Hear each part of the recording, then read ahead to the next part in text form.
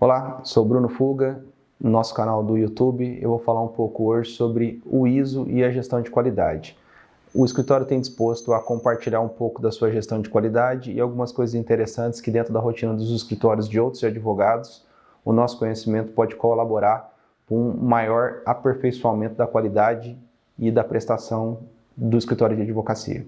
O assunto hoje selecionado é sobre a rastreabilidade e a revisão de documentos, coisa que foi implementada no nosso escritório aqui, que eu proponho compartilhar, dada a importância. O primeiro tópico, então, que eu vou comentar é sobre a revisão de documentos. Eu, logicamente, vou falar de uma versão rápida aqui sobre o sistema, mas no intuito de propor para vocês pensarem sobre esse assunto, advogados pensarem sobre esse assunto. Primeira coisa que eu acho essencial aqui dentro de um escritório, pequeno ou grande, é evitar ao máximo possível e, na verdade, ser proibido o compartilhamento de documentos de Word que são aptos a peças processuais em anexo. Por quê? Porque isso facilita a chance de erro, porque quem manda precisa salvar e quem recebe precisa salvar e encaminhar o arquivo corrigido ou não. Isso favorece as chances de erro se você começar a fazer trocas de arquivos de anexos, porque às vezes a pessoa não salva a última versão ou salva e não salva correto e você tem uma probabilidade de anexar o arquivo depois nos sistemas oficiais de protocolos errado.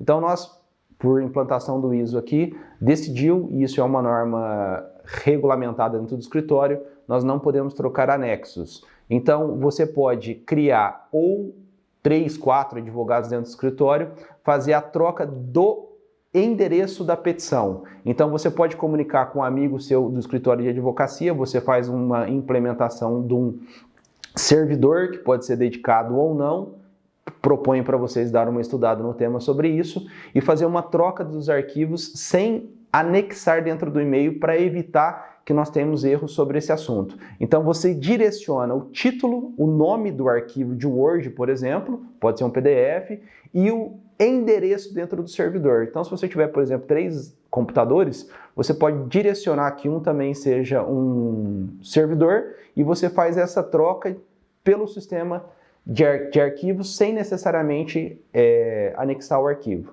Eu acho isso producente porque você evita erros e, na verdade, o arquivo, quando você manda, todo mundo altera e mexe dentro do mesmo arquivo, evitando duplicidade ou erros depois no retorno dos anexos. Isso é uma norma que foi implementada no sistema de gestão do ISO dentro do escritório e foi uma mini revolução dentro dos escritórios na minimização de erros dentro dos escritórios, tá bom?